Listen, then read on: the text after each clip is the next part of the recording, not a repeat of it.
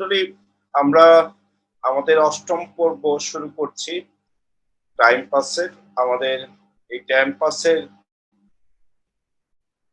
পরিকল্পনা ও পরিচালনা রয়েছেন আব্দুল নূর তুষার ভাই, এবং সহকারী পরিচালক হিসাবে আমি শামীম তালুকদার এই অনুষ্ঠানটি এডিটর 65 এর মাধ্যমে আপনাদের সামনে উপস্থাপন করছি।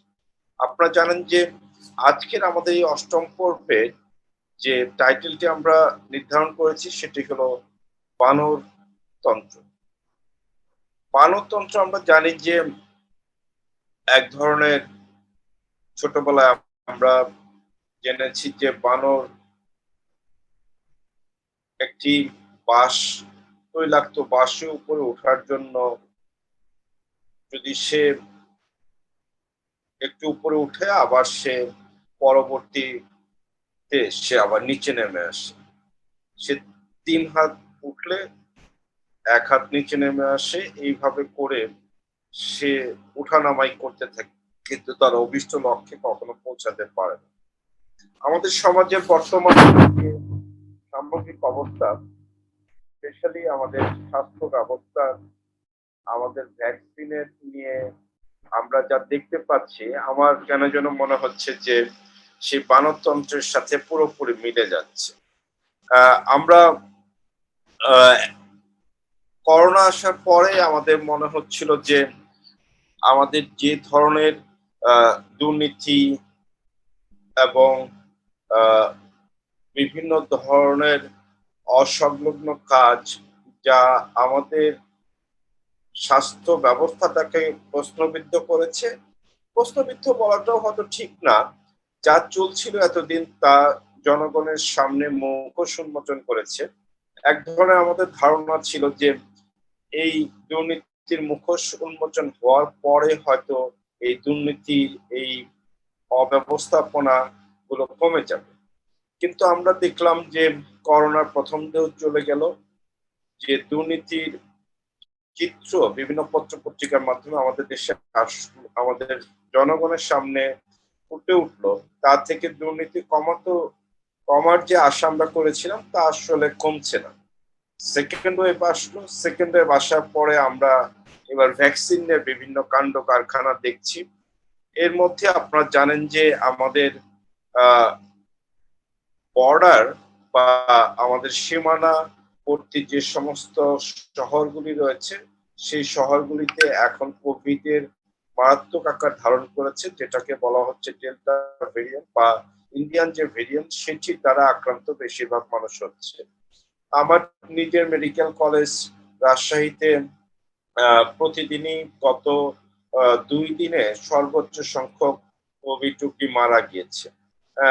আমরা রাজশাহী মেডিকেল কলেজে বেশ কিছুদিন যাবৎ সেখানে বিভিন্ন কেনাকাটায় দুর্নীতির খবর গত কয়েক বছর আমরা পেয়ে এসেছি। আসলে আমরা কতটুকু আগাচ্ছি তার চেয়েও সেই বানরতন্ত্রের মতো আমরা আবার বারবার নিচে নেমে যাচ্ছি। তুষার ভাই, আপনার কাছ থেকে শুনতে চাই, বানরতন্ত্রের এই ব্যবস্থাপনা বাংলাদেশের কতদিন চলবে? বানরতন্ত্র শুধু যে ব্যবস্থাপনা বিষয়ক ইস্যু সেটা না, বানরতন্ত্র হচ্ছে এক ধরনের সমাজ ব্যবস্থা, যে সমাজ ব্যবস্থায় বানরদের এক ধরনের ডমিনেশন বা এক ধরনের প্রভাব কায়েম হয়। আমি সুন্দরবনের উদাহরণ দিই। আপনি যখন সুন্দরবন নিয়ে কথা বলবেন, আপনি বলবেন কিন্তু সুন্দরবনে রয়্যাল বেঙ্গল টাইগার থাকে, সুন্দরবনকে কেউ বানরের বন বলে না। কিন্তু যদি সুন্দরবনে একটা ভোট হয়, কিংবা ধরেন সুন্দরবনে যদি একটা জরিপ হয়, তাহলে সেই জরিপে দেখা যাবে বাঘ কখনো জিতবে না, কারণ বাঘের সংখ্যা 500-র নিচে, বানরের সংখ্যা অনেক। রেকর্ডিং বন্ধ হয়ে গেছে। তো এখন এই যে সুন্দরবনে যদি আমরা যাই, সুন্দরবনে গেলে আমরা দেখবো যে সুন্দরবনে বাঘ আছে, কিন্তু সেখানে জরিপ হলে এখানে বানর জিতবে, কারণ বানরের অনেক বংশ বিস্তার হয়েছে। এবং এই বানরেরা যেটা করে সেটা হচ্ছে তারা হইচই করে তাদের ওইখানে এমন একটা অবস্থা তৈরি করবে যে বাঘের দেখা পাবে না, কারণ বাঘ আসতে গেলে বানর চিৎকার চেঁচামেচি হইচই করে। তা আমাদের গোটা সমাজ ব্যবস্থা এই ধরনের একটি বানরতন্ত্র কায়েম হয়েছে, যেখানে অযোগ্য বা কম যোগ্য বা অদক্ষ কিংবা কাজ বোঝেন না এমন মানুষেরা সংখ্যাগরিষ্ঠতার জোরে অথবা প্রভাবের জোরে অথবা বাবা চাচা মামা খালা খালু কারো কারণে সেই জায়গাতে পৌঁছে গেছে। পৌঁছে যাওয়ার ফলে যে ঘটনাটা ঘটেছে সেটা হচ্ছে যে আমাদের পদগুলি রক্ষিত হয়েছে। আমাদের পদে প্রত্যেক পদে মানুষ আছে, কিন্তু সেই পদের উপযুক্ত কাজ তারা করছেন। একটু উদাহরণ দিই, তাহলে আপনি দেখবেন যে টিকা নিয়ে অনেক হইচই হলো। তো একজন সাংবাদিক ঢুকে পড়লেন স্বাস্থ্য মন্ত্রণালয় এবং তিনি রাষ্ট্রীয় গুরুত্বপূর্ণ তথ্য ফাইল থেকে সরিয়ে নিচ্ছিলেন, এরকম একটা অভিযোগ তার বিরুদ্ধে হলো এবং খুবই একটা লঙ্কা কাণ্ড ঘটে গেল। তাকে আটকে রাখা হলো, তাকে আটকে রেখে তাকে পুলিশে দেওয়া হলো, তার জামিন হলো না, হইচই শুরু হলো।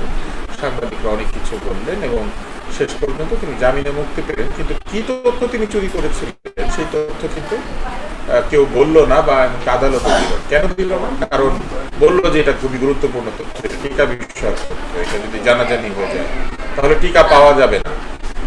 কিন্তু একই সময়ে আমরা এটাও দেখলাম যে কিছুদিন পরেই একটা সংবাদ সম্মেলনে টিকার মূল্য কত এটা একজন বলে দিল। বলে দেওয়ার পরে এটা নিয়ে বেশ একটা অসুবিধা তৈরি হলো। আমাদের সার্কভুক্ত দেশ শ্রীলঙ্কা নাকি বললো যে আমরা কেন বেশি দামে কিনবো, আপনারা কম দামে কিনছে। টিকার মূল্য প্রচার হয়ে যাওয়াতে নাকি খুবই একটা বিব্রতকর পরিস্থিতি তৈরি হলো কার? বন্ধু রাষ্ট্রে।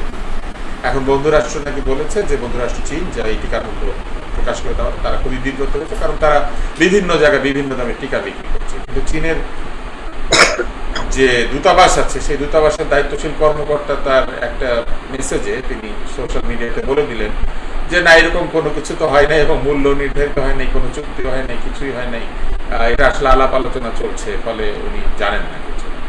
তো সত্য কথাটা কে বললো? আপনি দেখেন যে যে অভিযোগে একজন সাংবাদিক জেলে চলে গেলেন, সেই একই কাজ করে বসলেন কে?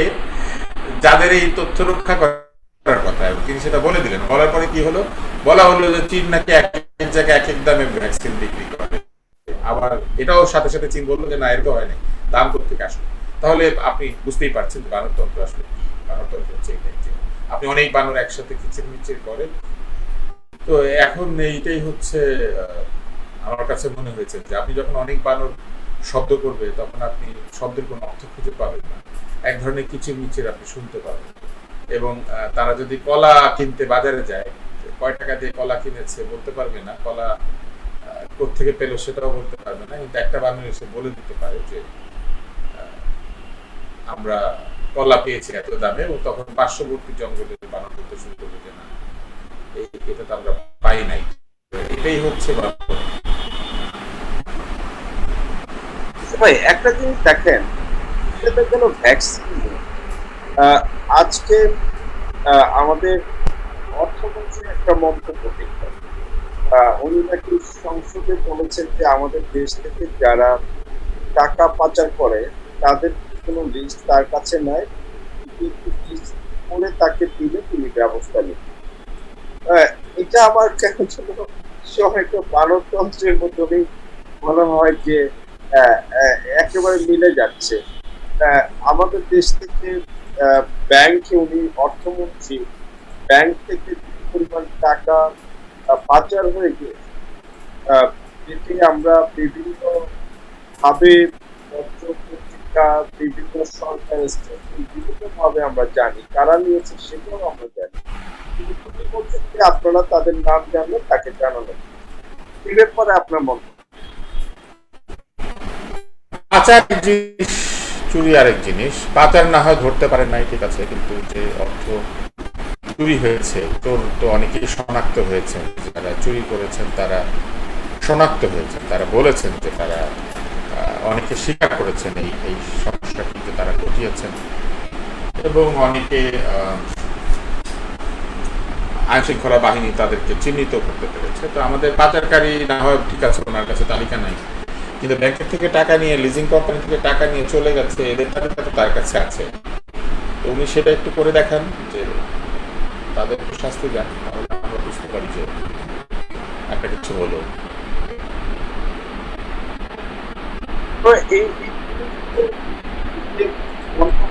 যারা করেন কিন্তু কারণ আমরা সাধারণ জনগণের আমাদের হতাশার জায়গাটাকে ওনারা কখনো ভেবে দেখেছেন যে আমরা হয়ে যাচ্ছে যার তাহলে আমরা তো কিছু করতে পারছি না, আমরা তাদেরকে বলতে পারছি না, তাদের কোনো বিচার হচ্ছে না। এইভাবে আমরা থামানোর হয়, কিন্তু তারপরে যখন একজন দায়িত্ব মনে মন্তব্য করেন তখন কেমন যেন হতাশায় আমরা জনগণকে বুঝতে পারি জনগণ এটা ওনারা কি একবারও ভেবে দেখেন? না, হতাশ হবেন কেন? হতাশ হওয়ার তো কোনো জায়গা নাই। হতাশ হবেন না, কারণ ওনারা যে এরকম বা ওনারা যেরকম কথা বলেন সেটা তো আমরা জানি অনেক দিন থেকে যে তারা এই ধরনের কথা বলে। দায়িত্বশীল ব্যক্তিরা আমাদের আশা ভরসা বিষয়ে যে খুব একটা সচেতন সেটা তো আমরা কখনোই লক্ষ্য করি না। ফলে ওনারা এরকম মন্তব্য করেন বটে যে পাচারকারীর তালিকা এনে দেয়। তো পাচারকারীর তালিকা আমি বলতে পারি। উনি কি আমার সঙ্গে কথা বলবেন? যদি উনি আমার সঙ্গে কথা বলেন, অর্থ পাচার করেছেন এমন অন্তত 12 জন লোকের নাম বলা সম্ভব, 12 জন ব্যক্তি বা কোম্পানির নাম বলা সম্ভব, কারণ এগুলা পত্রিকাতে এসেছে। অন্তত তাদেরকে প্রশ্ন করা যেতে পারতো যে তারা এটা কিভাবে করেছে। এই যে কিছুদিন আগেই তো পত্রিকাতে এসেছে কানাডাতে বেগম পাড়া নামে একটি নাকি জায়গা আছে, যে জায়গাটিকে রসিকতা করে বেগম পাড়া ডাকা হয়। সেই বেগম পাড়াতে জনৈক শিমুল এবং তার স্ত্রী তাদের নাম দিয়ে এসেছে, তারা সেখানে বাড়ি কিনেছে। তো এইটা তো কিভাবে গেল, কিভাবে তারা বাড়ি কিনলেন, প্রশ্ন করা যেতে পারে না। উনি হয়তো পত্রিকা পড়েন না, তাই হয়তো জানেন না। তারপরে কুয়েতে আমাদের একজন সাংসদ, উনি পাপুল, তো পাপুলকে আটকে রেখেছে টাকা সংক্রান্ত কারণে। তো উনি বা এইটা কেন ওইখানে গিয়ে আটকে গেলেন, এটা একটা প্রশ্ন করা যেতে পারে। কিছুদিন আগে আমাদের আরেকজন দায়িত্বশীল ব্যক্তি বলেছিলেন যে দেশ থেকে টাকা পাচারকারীদের শীর্ষস্থানে যারা আছেন এরকম একটা পেশাজীবী সম্প্রদায়ের কথা বলেছিলেন। তাকে প্রশ্ন করা যেতে পারে যে উনি এই মন্তব্যটা কিভাবে করেছিলেন যে বহু সম্পদ বিদেশে গেছে, যারা দায়িত্বশীল ব্যক্তি তারাই পাঠিয়েছেন, এরকম একটা মন্তব্য পত্রিকাতে এসেছিল। আমরা কিন্তু সাধারণ মানুষ পত্রিকা পড়ি এবং পত্রিকা থেকে জানতে পারি। তারপরে আমরা ব্যাংক এবং লিজিং কোম্পানি যারা খালি করেছেন এমন কয়েকজনের নাম আমরা শুনেছি যে তারাও টাকা পাচার করেছেন। স্বাস্থ্য বিভাগ থেকে টাকা পাচার করেছেন, এখান থেকে টেন্ডারবাজ এবং দুর্নীতিবাজ আফজল এবং মিঠুন নাম আমরা বহুবার বহু জায়গাতে এই দুজনের নাম বারবার বলা হয়েছে। তো তা তো আমরা শুনেছি। বিদেশে যারা বড় বড় প্রতিষ্ঠান, ব্যবসা প্রতিষ্ঠান কিনে ফেলছেন কিংবা বড় বড় ফ্লোর কিনছেন, বিল্ডিং কিনছেন, এটা পত্রিকায় এসেছে। আমরা পত্রিকায় পড়েছি যে আমাদের কাছাকাছি দেশে এরকম অনেকে বড় বড় ব্যবসা প্রতিষ্ঠান, হোটেল এসব কিনে ফেলেছেন। এটাই বা তারা কিভাবে কিনেছেন, প্রশ্নগুলো করা যেতে পারে। এখন ওনারা যখন এরকম বলেন যে তাদের কাছে কোনো নাম নাই, নাম দিলে পরে তাহলে নাম কোথায় দেওয়া যাবে ওনারা বলে দিন, আমরা সেখানে গিয়ে পত্রিকাগুলো জমা দিয়ে আসি, কারণ পত্রিকাতে এগুলো লেখা হয়েছে। আমরা সেই পত্রিকাগুলি দিয়ে আসি, ওনারা পত্রিকাগুলি পড়ে তারা দেখুন আসলে কে পাচার করেছে, কিভাবে করেছে। তো আমরা সমস্ত তথ্য আমরা জানি, কিন্তু একটা জিনিস দেখেন, যারা এই দুর্নীতির সাথে যুক্ত, যারা এই টাকা পাচার গুলো করছে, যারা আমাদের জনগণের টাকা বিভিন্নভাবে চুরি করে দেশের বাইরে বা চুরি করছে, আমার তো মনে হয় যে আমরা সাধারণ মানুষ, সিভিল সোসাইটি বা অনেকে, আমি মনে করি যে অনেকেই অন্যায় কাজগুলোর তাদের অবস্থান রেখে বিভিন্ন সামাজিক যোগাযোগ মাধ্যমে মন্তব্য করে এবং তার ফলে এক ধরনের প্রেশার ক্রিয়েট হয় সরকারের উপরে এবং এই সমস্ত দুর্নীতিবাজদের যেন বিচার করা হয়, তারপরেও একটা তাদের উপরেও এক ধরনের প্রেশার ক্রিয়েট হয়। এই ধরনের মন্তব্য করার মধ্যে দিয়ে কি আমরা দেখতে পাই না যে এই দুর্নীতিবাজদের প্রশ্রয় দেওয়া হচ্ছে, লেজিটিমেসি দেওয়া হচ্ছে, তারা থেমে যাবে, তারা থেমে না গিয়ে তারা হয়তো আরো উৎসাহিত হয় যে আজকে যারা ক্ষমতায় আছে তারা তো আমাদের পক্ষে কোনো না কোনো ভাবে সাফাই দিয়ে যাচ্ছে অথবা লেজিটিমেসি দিয়ে যাচ্ছে। এই বিষয়টাকে আহ, একজন রাজনীতিবিদ হিসেবে তারা কিভাবে দেখে আমি জানি না, কিন্তু মুক্তিযুদ্ধের সময় যে আমাদের কমিটমেন্ট ছিল একটি দুর্নীতিমুক্ত দেশ গড়ে তোলা, একটি সাম্যতার দেশ গড়ে তোলা, এগুলো থেকে তো আমরা অনেক বিস্তৃত হয়ে যাই। এই ব্যাপারে আপনার মন্তব্য কি?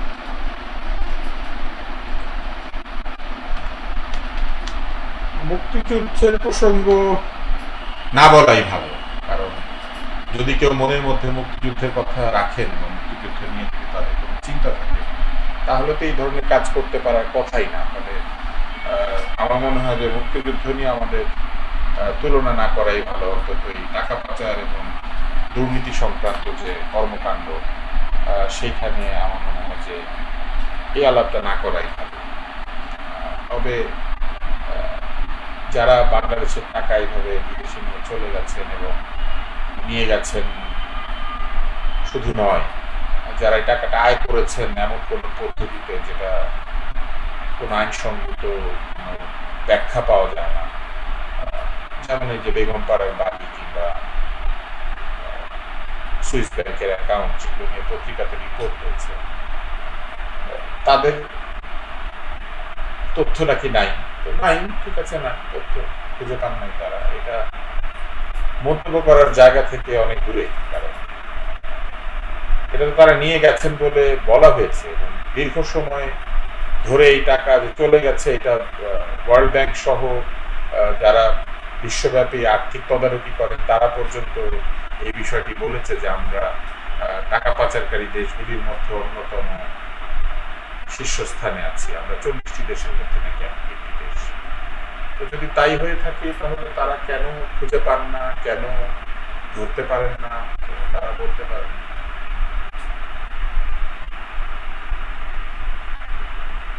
এখন তো সবাই আর আরেকটা কথা আমি বলি স্বামী, সেটা হচ্ছে যে আমরা যখন চুরি করি, চুরি করতে নিষেধ করেছে পৃথিবীর সকল ধর্ম, সকল সমাজ, সকল নৈতিকতা, সব মোরালিটিতে।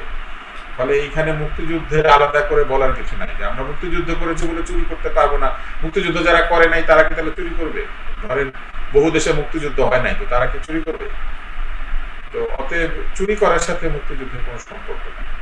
চোর চোরই, সে যুদ্ধ করলেও চোর, যুদ্ধ না করলেও চোর। এখান থেকে একটু প্রসঙ্গটা আমি অন্য জায়গায় নিয়ে আসি। এই গত কয়েকদিন যাবৎ আমাদের বাংলাদেশের বৃষ্টি হচ্ছে। আপনি এই বৃষ্টির কারণে আমাদের যে জলাবদ্ধতা তৈরি হতো, সেটি ধরো গত 12 বছর যাবৎ আমরা পরের বছর আর জলাবদ্ধতা থাকবে না এরকম রাজনৈতিক এরকম অনেক ভাবে আমাদেরকে সান্ত্বনা দেওয়া হয়েছে।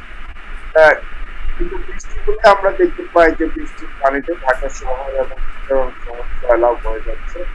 এখানে আগের মতন অবস্থা রয়েছে।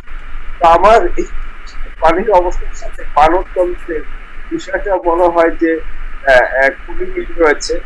আমাদের রাজনীতিতে তারা তারা দাঁড়িয়ে এই মানবতন্ত্রকে বিশ্বাস করে তারা যে কমিটমেন্ট গুলো করে, এই কমিটমেন্ট ন্যূনতম আমরা দেখি না যে সেটা ফুলফিল হয়। এই ব্যাপারে আমরা এই রাজনীতিবিদদের কি মানবের সাথে তুলনা করবো নাকি না? আমরা কিন্তু আসলে একটা প্রাণীর সঙ্গে বিষয়টাকে মিলাচ্ছি। আমরা মিলিয়েছি একটা স্বভাবের সঙ্গে, একটা স্বভাব। সেই স্বভাবের মধ্যে মিথ্যা কথা বলা আছে, ঠকানো আছে, প্রতিশ্রুতি ভঙ্গ করা আছে, দুর্নীতি আছে, এবং তারপরে সবাই মিলে আবার এক হয়ে চেঁচামেচি করে নিজেদেরকে বাঁচিয়ে নেওয়ার একটা যে প্রবণতা, সেটাও আছে। তো মূল বিষয়টা কিন্তু আসলে প্রাণীটা, মূল বিষয় হচ্ছে স্বভাবটা এবং মূল বিষয় হচ্ছে কার্যক্রমটা। আপনি যদি পানি ওঠার বিষয়টি নিয়ে প্রশ্ন করেন, পানি ওঠার বিষয় নিয়ে বহু বছর ধরে ঢাকা শহরে কথাবার্তা হচ্ছে এবং মেয়র এবং স্থানীয় সরকারের যারা দায়িত্ব থাকেন তারা এমনকি মন্ত্রণালয় পর্যন্ত বলেছে যে এই জলাবদ্ধতা কমবে এবং এটা কমে যাবে, এটা থাকবে না, এটা দূর হয়ে যাবে। 2017 সালে তৎকালীন যে এলজিআরডি মন্ত্রী তিনি বলেছিলেন, 2015 সালে মেয়র হয়েছিলেন ঢাকা উত্তরের আনিসুল হক এবং দক্ষিণের সাইদ খোকন, তারা বলেছিলেন, এবং এখন যে দুজন মেয়র হয়েছেন জনাব আতিক এবং জনাব তাপস, তারাও বলেছেন যে পানি উঠবে না, কিন্তু পানি ওঠে। এখন পানি ওঠার জন্য দ্বিপাক্ষিক দায়িত্ব আছে। একটা হচ্ছে যে নালাগুলি বেদখল হয়ে গেছে। ঢাকা শহরের প্রভাবশালী রাজনীতিবিদরাই ঢাকা শহরের খাল বিল জলাভূমি দখল করেছেন। আমি অন্য জায়গার কথা জানি না, কিন্তু মিরপুরের যে জলাবদ্ধতা দূর হওয়ার জন্য যে মিরপুরের খালটি ছিল, সেটা দুই পাশ থেকে ভরাট করে বাড়িঘর করে এটা দখল করে নিয়ে এটাকে একটা জাস্ট নালায় পরিণত করা হয়েছে, একটা ড্রেনে পরিণত করা হয়েছে। আমাদের বাড়ির সামনে ঝিল বলতাম আমরা, বিরাট একটা পানি জলাবদ্ধ জায়গা ছিল। সেই জায়গাটিতে বাড়িঘর তুলে সরকারের খাসের জমি দখল করে এইগুলির সঙ্গে এলাকার যারা রাজনৈতিক লোকজন তারাই জড়িত ছিলেন। এলাকা একটা মাঠ ছিল, সেই মাঠটা পর্যন্ত তারা দখল করে নিয়েছেন। কোভিডের সময় সেখানে স্থায়ী নির্মাণ কাজ করে দিয়েছেন এবং সেখানে বাড়িঘর তৈরি করে ফেলেছেন, গুদাম তৈরি করেছেন, সেখানে ট্রাক বাস রাখতে শুরু করেছেন। এটা আমাদের প্রাক্তন এমপি সরাসরি পৃষ্ঠপোষকতায় হয়েছে। তিনি নিজে একজন ভূমি দখলকারী ছিলেন এবং তিনি যে ভূমি দখল করেছেন সেই দখলকৃত ভূমি তিনি ন্যাশনাল ব্যাংকে মর্টগেজ রেখে টাকা নিয়েছেন, সেই টাকা ফেরত দেন নাই। তিনি 3,100 কোটি টাকা বা তারও বেশি খেলাপি অবস্থায় মৃত্যুবরণ করেছেন। এই যে একটা দুরবস্থার জন্য একদিকে যেমন রাজনৈতিক প্রভাব দায়ী, অন্যদিকে দায়ী কার? অন্যদিকে আমরাও দায়ী। খাল পরিষ্কার করতে গেলে সেই খালের ভেতর থেকে জাজি ময়লা এমন কোনো কিছু নাই যেটা পাওয়া যায় না, সব ওঠে। ফ্রিজ টিভি সব খালের ভেতর থেকে উঠে আসছে। এটা কারা ফেলেছে? এটা আসলে সবসময় যে মানুষ ফেলে তাই না, এটা মানে সাধারণ মানুষ ফেলে তাই না। অনেক সময় যারা জমি দখল করে তারাও সহজে জমি ভরাট করার জন্য এই জিনিসগুলো আগে ওখানে ফেলে দেয়। ধীরে পরেও জায়গাগুলি ধীরে ধীরে জলাবদ্ধতা তৈরি হয়ে এগুলো ভরাট হয়ে যায়। প্রশ্নটা অন্যখানে, মানুষ এগুলো ফেলতে পারে কেন? ফেলতে পারে এই জন্য যে জলাশয়গুলির দুই ধারে কোনো ধরনের প্রতিরক্ষা ব্যবস্থা নেওয়া হয়নি।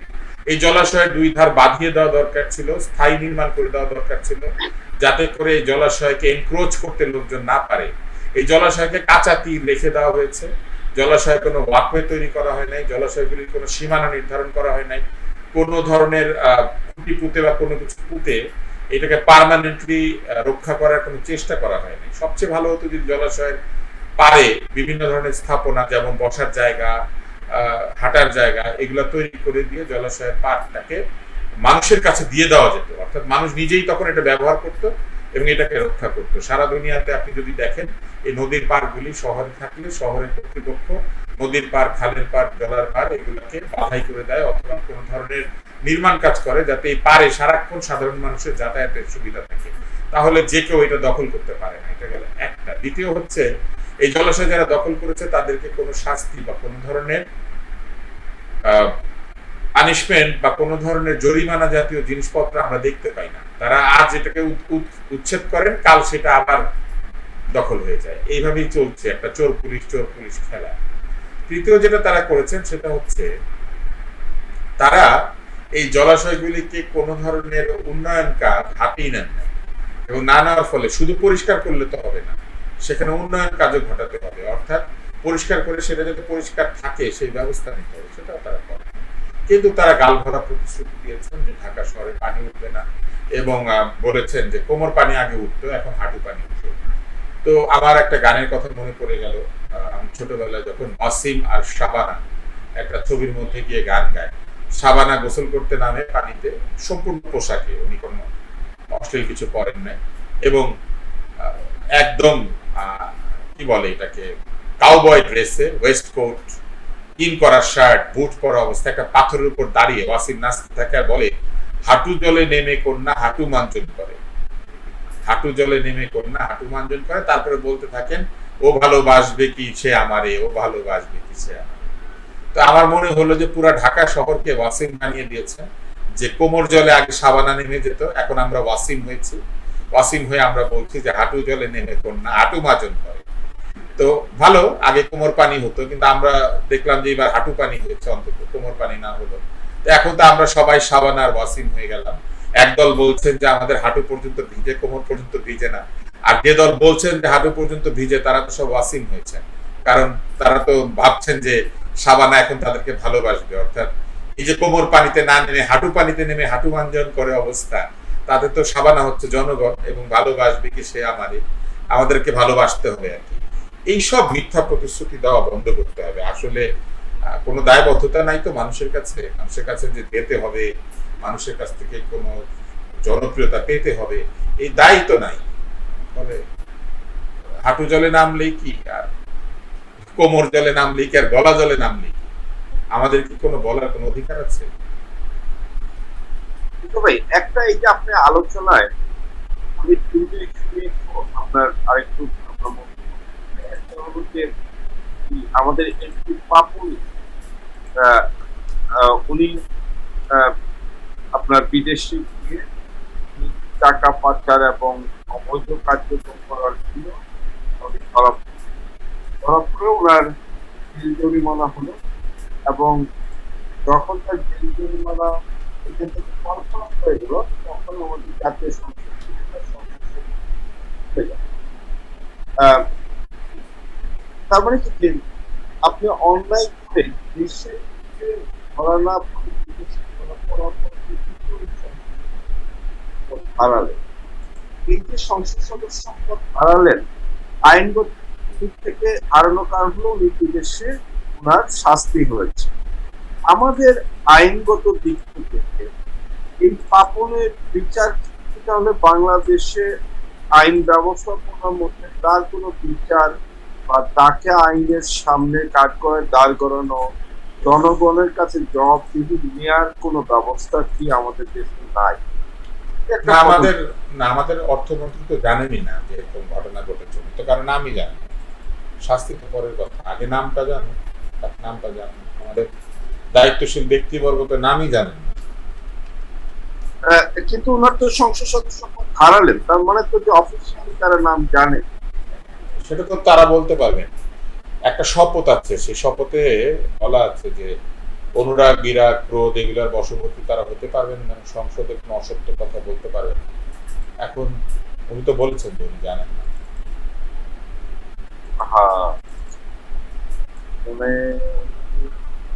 উনি বলেছেন উনি জানেন না, তো ওনার শপথে কিন্তু আছে এবং সকল সংসদ সদস্যের শপথে এটা আছে যে তারা কোনো অসত্য কথা বা এটা বলতে পারবেন না কি সংসদ।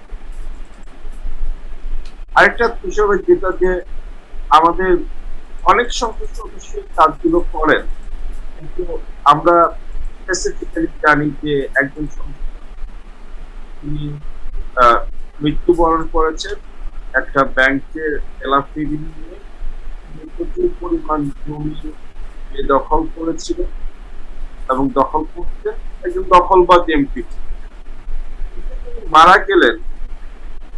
তবে উনি জীবিত অবস্থাতে ওনার কোনো বিচার বা জনগণের কাছে জবাবদিহি করার কোনো ব্যবস্থা আমরা দেখতে পাই।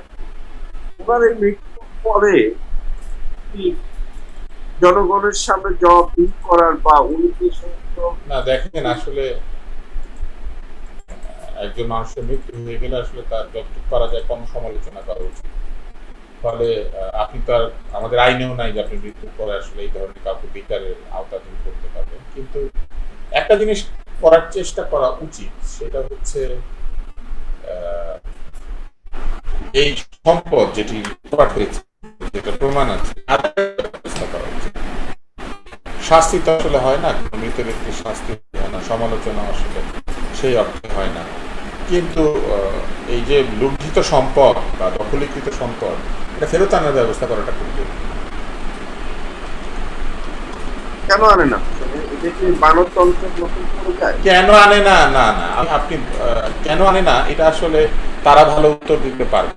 এটা আনে না কারণ ওই যে এটা একটা চক্র, এটা একটা অচ্ছেদ্য চক্র চলছে, এটা চলবে এইভাবে। আপনি জানেন কিনা জানি না যে প্রত্যেক সময়ই দেখা যায় যে প্রভাবশালী ব্যক্তিরা, শক্তিশালী ব্যক্তিরা এইভাবেই ঋণ নিয়েছেন, ঋণ শোধ করেন নাই, সরকারি বেসরকারি অর্থ এইভাবে তারা নিজেদের পকেটে নিয়ে গেছেন। এই ঘটনাগুলি প্রত্যেক সময় ঘটেছে, একটা সময় বিষয়।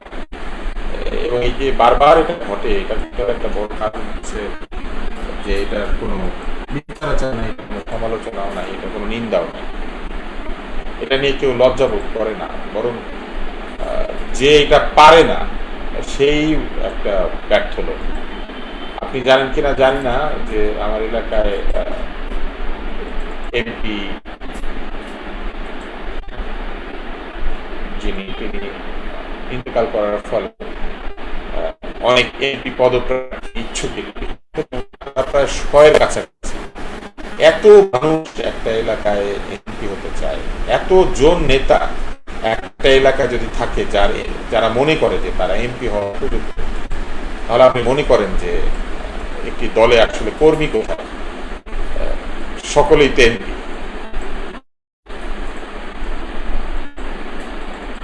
হ্যাঁ, একটা কিন্তু খেয়াল করছেন যে আমাদের দেশে এমপি হওয়ার জন্য সবাই পাগল হয়ে আছে। আপনি আজকে আপনার মন্তব্যটা দেখে একটা নতুন শব্দ আমি শিখলাম যে আমাদের মেডিকেল অ্যাসোসিয়েশন, যেটা বাংলাদেশ মেডিকেল অ্যাসোসিয়েশন, এটা ভবিষ্যৎ এমপি হওয়ার একটা স্পিরিট হল হিসেবেই কাজ হচ্ছে।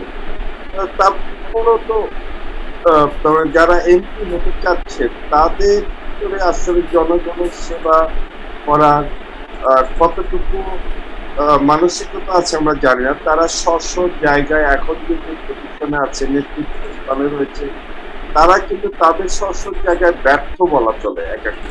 কিন্তু তারা কিন্তু আবার এমপি কিছু হতে চাচ্ছে জনগণের সেবা করতে।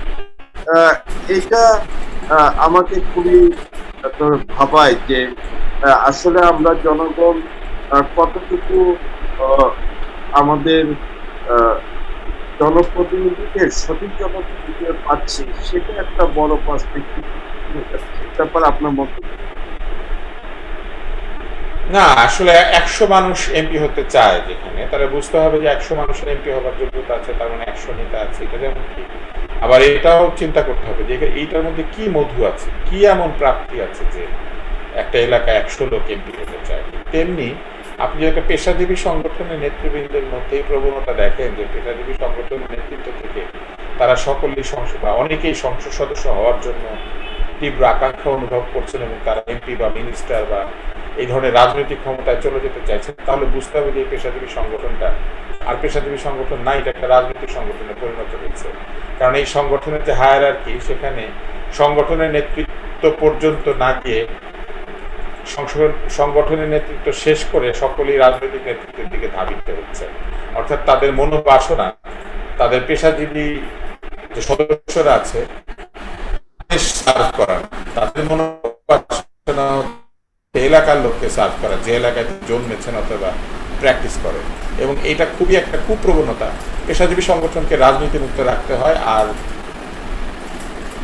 তাদেরকে অনেক নিরপেক্ষ সিদ্ধান্ত নিতে হয়। কারণ পেশাজীবী সংগঠনে যারা কাজ করেন এবং যারা সদস্য, তারা সকল রাজনৈতিক দল ও মত পথ থেকে আসেন। ফলে এটা কখনোই এরকম করা উচিত না যে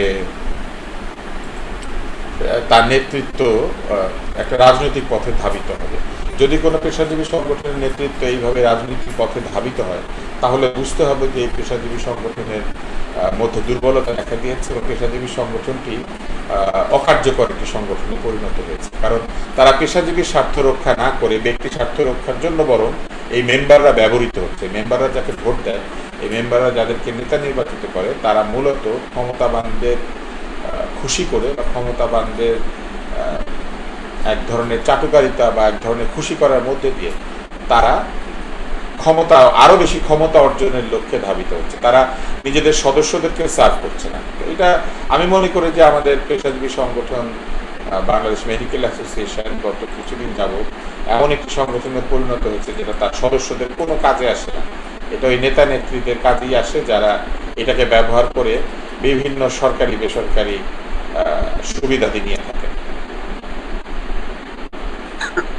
তাহলে এই রাজনীতি এবং পেশাজীবী সংগঠনের প্রয়োজনীয়তা কত? জনগণ বা আমরা যারা পেশাজীবী রয়েছে, তারা তো আমাদেরকে দাবি দেওয়া, আমাদের পেশাজীবী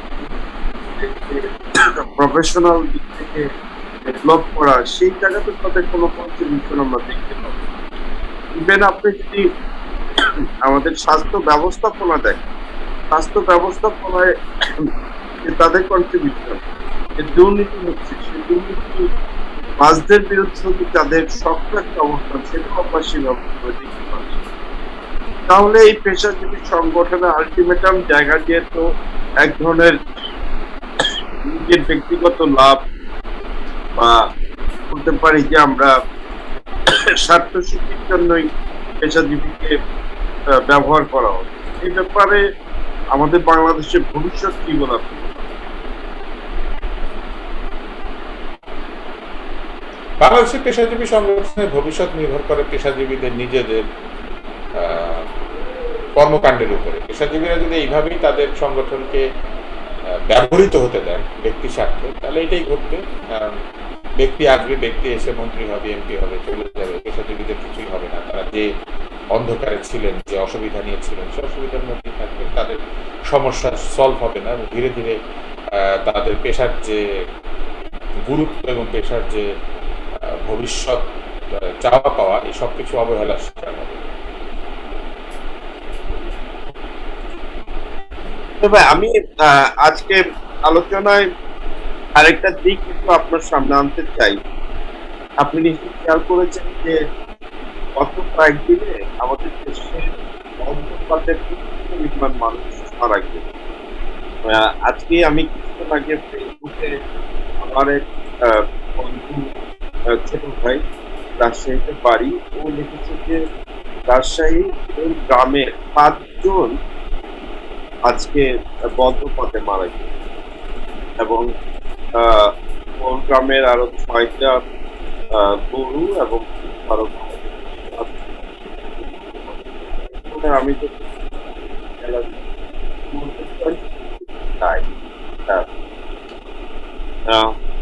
এই জায়গাটায় আমাদের পুরো রাস্তা, আমি একটা ফায়ার ব্রিগেডের পক্ষ থেকে কিছুদিন আগে একটা তাদের প্রতিরোধ করা যায় রক্ষা করবে একটি নির্দেশনা দিয়ে গেছিলাম, কিন্তু সাধারণ মানুষের কাছে জানি না এই ব্যাপারে। তোমরা আমাদের 38 জন বা 43 জন 38 মানুষ করোনায় মারা গিয়েছে, 22 পথে মারা গিয়েছে। আপনার দৃষ্টি থেকে সরকারের ভূমিকা কি বড়? প্রথমত, গ্রামে গঞ্জে বিভিন্ন জায়গাতে লম্বা গাছ কেটে ফেলার একটা প্রবণতা দেখা দিয়েছে। তাল গাছ, লম্বা যে গাছগুলি আছে, তো তাল গাছ বা এই জাতীয় গাছগুলি কেটে ফেলার একটা প্রবণতা আমাদের পুরো গ্রামে গঞ্জে দেখা দিয়েছে। বড় গাছগুলি কেটে ফেলার প্রবণতা দেখা দিয়েছে। উন্নয়নের নামে বাড়ি ঘর এবং নানা ধরনের ইট পাথর নির্মিত যে রাস্তা এবং বিভিন্ন ধরনের ভবন, এইগুলি নির্মাণ হয়েছে প্রচুর, এবং এগুলো প্রত্যেকে আমরা আমাদের বহু গাছ কেটে ফেলেছি, বিশেষ করে লম্বা গাছগুলি কেটে ফেলেছি। তাছাড়া অর্থকরী ফসল নয় বলে আমরা লক্ষ্য করেছি যে এই শাল, তমাল, জারুল, এই ধরনের গাছগুলি কমে গেছে আপনার এই তাল গাছ বা লম্বা গাছ। ফলে আমার মনে হয় যে বজ্রপাত মানুষকে বেশি ক্ষতিগ্রস্ত করছে একটা কারণ। দ্বিতীয় হচ্ছে যে বহু জায়গাতে বিদ্যুৎ পৌঁছে গেছে। বিদ্যুৎ পৌঁছে যাওয়ার ফলে যেটা ঘটেছে যে বিদ্যুৎ পৌঁছেছে, কিন্তু মানুষের বৈদ্যুতিক নিরাপত্তার বিষয়ে যে ট্রেনিংটি সেটি হয় না। বড় বড় খুঁটি তৈরি হয়েছে বিদ্যুতের, বড় বড় বৈদ্যুতিক যন্ত্রপাতি বসেছে। আপনি মনে হয় জানেন যে বজ্রপাতকে বিদ্যুৎ আকৃষ্ট করে এবং বৈদ্যুতিক স্থাপনাগুলি বজ্রপাতকে আকৃষ্ট করে। ফলে এটা একটা কারণ হতে পারে আমার মনে হয় আর কি। এটা কোনো বৈজ্ঞানিক ভিত্তি আমি জানি না, কিন্তু আমার মনে হয় যে এটা একটা কারণ। প্রচুর পরিমাণে মানুষ বৈদ্যুতিক বিষয়ে ব্যবহার করতে শুরু করছে, বিভিন্ন জায়গাতে বৈদ্যুতিক স্থাপনা বসেছে, কিন্তু এই বিষয়ে যে মানুষের নিরাপত্তার সাথে সংশ্লিষ্ট কিছু জিনিস আছে সেটা মানুষকে সেইভাবে বলা বা শেখানো হয় না। বজ্রপাতের হাত থেকে বাঁচার জন্য মানুষকে আমি মনে করি যে সচেতন করে তোলা এবং শিক্ষিত করে তোলার একটা প্রয়োজনীয়তা আছে। আরেকটা বিষয়, আপনি এনভায়রনমেন্টাল পার্সপেক্টিভ কারেক্টার নিয়ে খেয়াল করেছি কয়েকদিন যাবত অঞ্চলে এবং আজকে আমরা পেপারে দেখেছিলাম যে ঘোষের যে সিলেটে চিটগংয়ে প্রতি বছরই মানুষ মারা যায়। এই এই বিষয়গুলো আমাদের যে আর্থিক অবস্থা, যেহেতু আমরা আইন প্রয়োগ করি না এবং আইনের আকের মাধ্যমে দুর্বৃত্তায়নে যারা জড়িত, বিভিন্ন জায়গায় পাহাড় কেটে তারা মাটি নিয়ে নিচ্ছে, আবাসভূমিকে স্থাপিত করলেন, ঘর বাড়ি তৈরি করা হচ্ছে। এই সামগ্রিক পার্সপেক্টিভে কত কিন্তু আবাস যাচ্ছে বাংলাদেশ ঢাকার উপর দিয়ে যে একটা ভূমিকম্পের ঝুঁকি রয়েছে বলে বিজ্ঞানীরা বলে থাকেন, আমাদের কাছে নিয়ন্ত্রণ কম বলে আমার ধারণা। সেই রিসেন্টলি আমরা দেখলাম যে আমাদের আহ, জাতীয় বাজেট করা হলো। এই জাতীয় বাজেটের গতানুগতিক ভাবে এই বাজেট, আমি স্পেশালি হেলথ সেক্টরের ক্ষেত্রে যদি বলি, যেহেতু আমরা হেলথ সেক্টরে করোনা আসার পরবর্তীতে আমরা হেলথ সেক্টরে একটা সামগ্রিক আমূল পরিবর্তন স্বাস্থ্য ব্যবস্থাপনার জায়গা থেকে হেলথের জন্য যে বাজেট সেটাকে আমরা দেখতে পাই। আপনি জানেন যে আমাদের স্বাস্থ্য কর্মীদের মধ্যে অসংখ্য ডাক্তার পেশা রয়েছে। আপনি জানেন যে আমাদের স্বাস্থ্য ব্যবস্থাপনায় মেডিকেল টেকনোলজিস একটা বিশাল গ্যাপ রয়েছে এবং সেখানে তারা বেকার হয়ে রয়েছে। আমাদের নার্সের প্রচুর অভাব রয়েছে। এই বাজেটের মধ্যে সেটা রিফ্লেকশন আমরা কোনো কিছু দেখতে পাই না। এর সাথে সাথে সবচেয়ে বড় পার্সপেক্টিভ নিয়ে গ্লোবালি বা বিভিন্ন উন্নয়ন কর্মীরা আলোচনা করছে, সেটা হলো যে করোনার সময়ে world bank, Indian development bank, শোনা যায় একটা পার্সপেক্টিভ তারা বলেছিল যে যারা আমাদের মূল কন্ট্রিবিউশন করে, যারা ওয়ার্ক করে, যারা 40% আমাদের টোটাল জিডিপি একটা কন্ট্রিবিউশন করে, তাদের একটা মেজর পোর্শন আপনার এই করোনার সময় বেকার। তাছাড়াও গার্মেন্টসেও একটা স্টাডিতে দেখা গিয়েছে যে 15% মতো গার্মেন্টস বেকারত্ব দেখা দিয়েছে। থেকে আমাদের যে পভার্টি লাইনে এখন বলা হচ্ছে যে 60 মিলিয়ন পিপলের মধ্যে করে গরিব পভার্টি যারা আমাদের পভার্টি লাইন আছে সেখানে সংযুক্ত রয়েছে। বাজেটের এটা রিফ্লেকশন আমরা দেখতে পাই।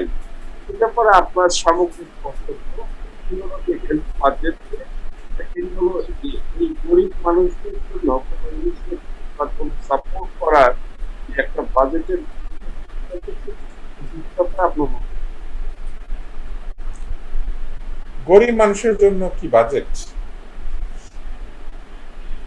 সেফটি নেট প্রোগ্রাম যেটা ছিল, safety net program before extend, এটা ইনভেস্টমেন্ট সেভাবে রিফ্লেক্ট করছে যারা গরিব তাদের।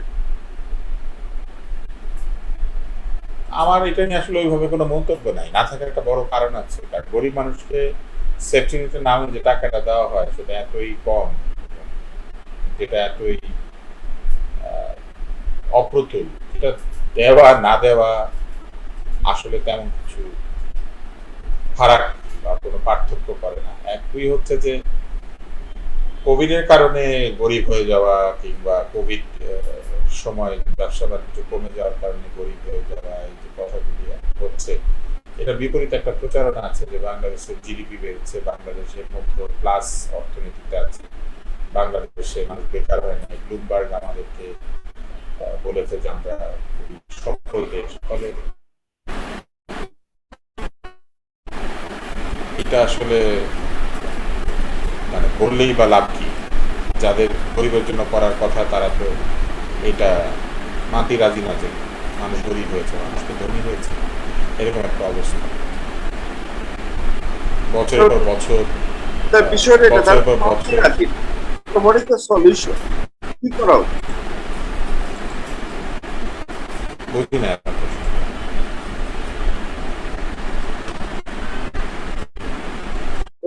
তবে যাদের পলিসি যারা আছেন তারা তো গরিবদের এই অবস্থানটাকে স্বীকৃতি দিতে চাচ্ছেন।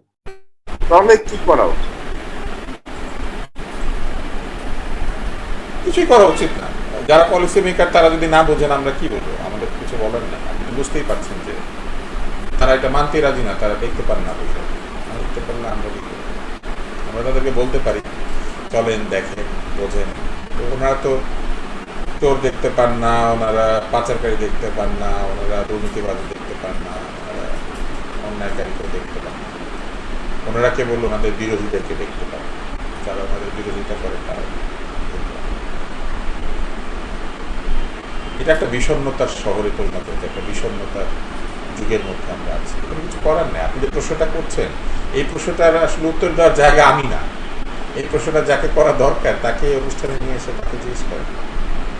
আমি কি করে বলবো কি করা উচিত? কি করা উচিত তার চেয়ে প্রথম আপনাকে আমি প্রশ্ন করি কি করা উচিত। কেউ যদি না বুঝে, আপনার অফিসে কেউ যদি চাকরি করতো, আপনি যাকে হিসাব বুঝতে দিয়েছেন, আপনার বাজেট করতে দিয়েছেন, বা আপনার কোন একটা দায়িত্ব দিয়েছেন, তাই সে যদি না বুঝতে আপনি কি করতেন?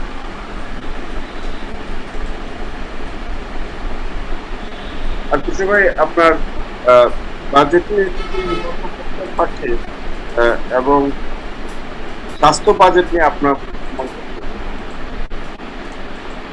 স্বাস্থ্য বাজেট আগের মতোই হয়েছে। এখানে কোনো নতুনত্ব নাই, কোনো পরিবর্তন নাই, কোনো অভিনব চিন্তার কোনো জায়গা নাই। স্বাস্থ্য বাজেট যেটা হয়েছে এটা একটা গতানুগতিক বাজেট। এটা আগের মতোই কিছু টাকা রেখে দেওয়া হয়েছে। অভিযোগ করা হয়েছে যে স্বাস্থ্য খাত টাকা খরচ করতে পারে না, আবার তাদেরকে বেশি করে টাকা দেওয়া হয়েছে খরচ করার জন্য। আবার 100 কোটি টাকার একটা বাজেট দেওয়া হয়েছে যেটা গবেষণার জন্য, যেটা গত বছর ছিল। স্বাস্থ্য খাত খরচ করতে পারে নাই, কেননা এই রিসার্চ কেমনে হবে এটার যে নীতিমালা, এটা একটা প্রাগৈতিহাসিক নীতিমালা, যেখানে রিসার্চের সিলিং দেওয়া আছে যে এত টাকার বেশি দেওয়া যাবে না। এখন আপনি যদি সোনার উপা দিয়ে রিসার্চ করেন, সোনার দাম কত? আর আপনি যদি গু নিয়ে রিসার্চ করেন তো গুয়ের দাম কত? এখন গুয়ের দাম আর সোনার দাম তো এক হবে না। কিন্তু এইখানে গুয়ের জন্য 5 লাখ টাকা দেওয়া আছে, সোনার জন্য 5 লাখ টাকা দেওয়া আছে। এটাই হচ্ছে আমাদের স্বাস্থ্য ব্যবস্থার দুর্বলতা। আমাদের এখানে গবেষণার মেরিট বিবেচনা করে কেউ গবেষণার অর্থ দেয় না। এখানে গবেষণা মানে হচ্ছে 3 লাখ না 5 লাখ, 2 লাখ না 2.5 লাখ, এইটাই হচ্ছে হিসাব। তো এই গবেষণা করার জন্য কেউ আসেও না। টাকাটা যে উঠে যায়, কি গবেষণা হয়েছে অতীতে এবং ভবিষ্যতে বা কি গবেষণা হবে এটার কোনো দিক নির্দেশনাও নেই। ফলে এই যে 100 কোটি টাকা গবেষণায় দেওয়া হয়েছে, এটা গত বছর ব্যবহার হয়নি, এই বছরও হবে কিনা সন্দেহ আছে। তারপরে যে অতিরিক্ত বাজেট দেওয়া হয়েছে কিছু করোনার কারণে, সেটাই বা কিভাবে ব্যয় হবে বা ব্যয় হবে না সেটার কোনো হিসাব নেই। ফলে এই একটা দুর্নীতিগ্রস্ত স্বাস্থ্য ব্যবস্থা আপনি যাই দেন না কেন, একটা ফুটা কলসিতে আপনি যতই পানি ভরে দেন না কেন, আগে ফুটা বন্ধ করা দরকার ছিল। এই বাজেটে ফুটা বন্ধ করার কোনো প্রক্রিয়া নাই আসলে, কারণ বাজেট একটা দেয় কিন্তু এটা মনিটরিং এন্ড ইভ্যালুয়েশনের যে জায়গা সেটা তো নাই। সেটা একেবারেই ভুল। আমি তো মনে করি যে বাজেটের ইভ্যালুয়েশন মনিটরিং করা উচিত থার্ড পার্টিকে দিয়ে। কোন একটা সংস্থা বা কোন একটা আন্তর্জাতিক সংস্থা এসে বলবে যে আমরা গত বছর আমাদের রাষ্ট্র যে বাজেট করেছিল সেই বাজেট কিভাবে খরচ হয়েছে এবং আমাদের এফিসিয়েন্সি লেভেল আসলে কত। সেটা তো নাই। আমাদের এফিসিয়েন্সি লেভেল আমরাই পরীক্ষা করি, আমরাই দাবি দিই। তো এটা আসলে ভাই, আমাদের আজকের অনুষ্ঠানের আমরা প্রায় শেষ পর্যায়ে। শামীম, আপনি দেখেন একটা মজার জিনিস যে ধরেন টিকা দেয় আমাদের স্বাস্থ্য ব্যবস্থা বিভিন্ন শিশুদেরকে, বা যেসব ক্ষেত্রে টিকা দেওয়া দরকার, এই টিকার ইভ্যালুয়েশন মনিটরিং করে WHO আছে, ইউনিসেফ আছে, এরা কিন্তু এই মনিটরিং ইভ্যালুয়েশন করে। তারপরে বিভিন্ন কর্মসূচি আছে যে কর্মসূচিগুলিতে দাতা সংস্থা অংশ নেয়, সেখানে মনিটরিং ইভ্যালুয়েশনে তাদের একটা ভূমিকা থাকে।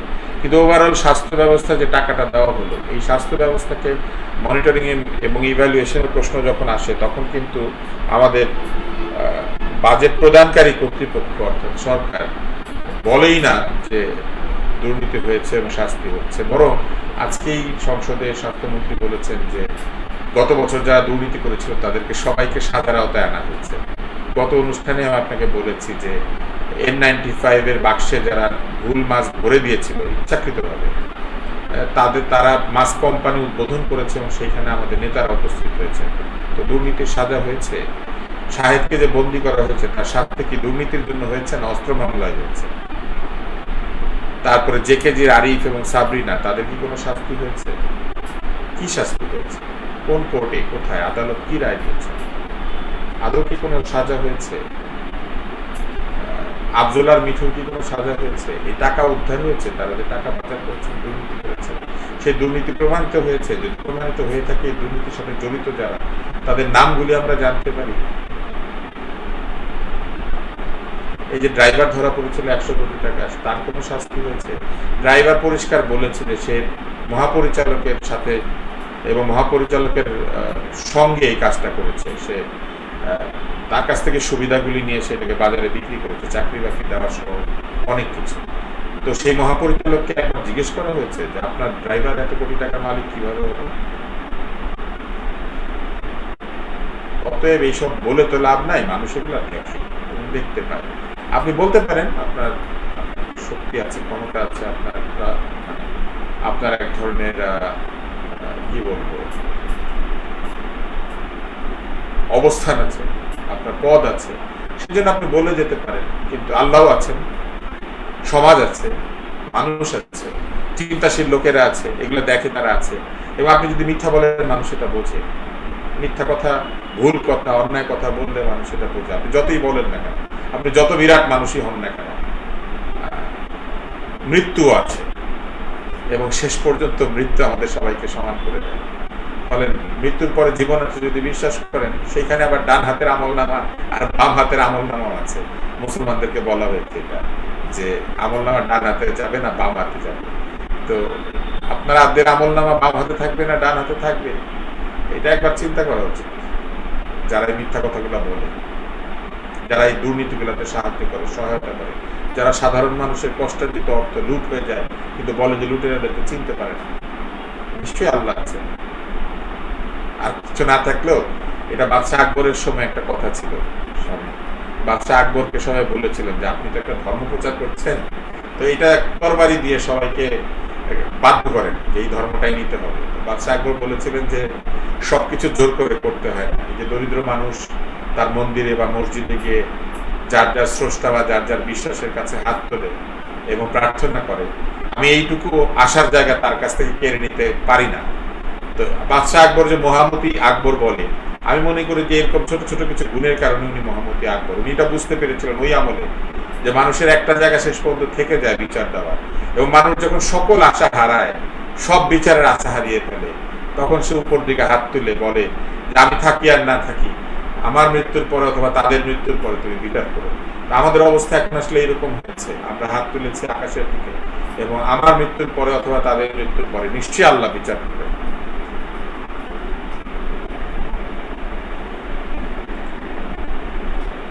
ভাই আপনাকে অসংখ্য ধন্যবাদ। আপনার লাস্ট কথাগুলো বলো। আমরা অন্যায় করে কেউ পার পেয়ে যাবো, প্রত্যেকটা অন্যায় আমাদের রাষ্ট্র ব্যবস্থাপনার মধ্যে যদি নাও হয়, প্রকৃতির তার বিচার আমরা রাষ্ট্র ব্যবস্থাপনার উপরে আমাদের আস্থা রাখতে চাই। কিন্তু সর্বশেষ আমাকে আপনি বলেছেন এখান থেকেও পার পেয়ে যায় যারা অন্যায় করছে, তারা কিন্তু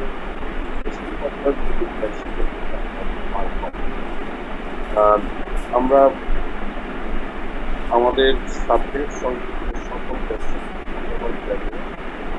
ভাই আপনার অসংখ্য সুন্দর লাস্ট কথা বলার জন্য আপনাকে ধন্যবাদ জানাই।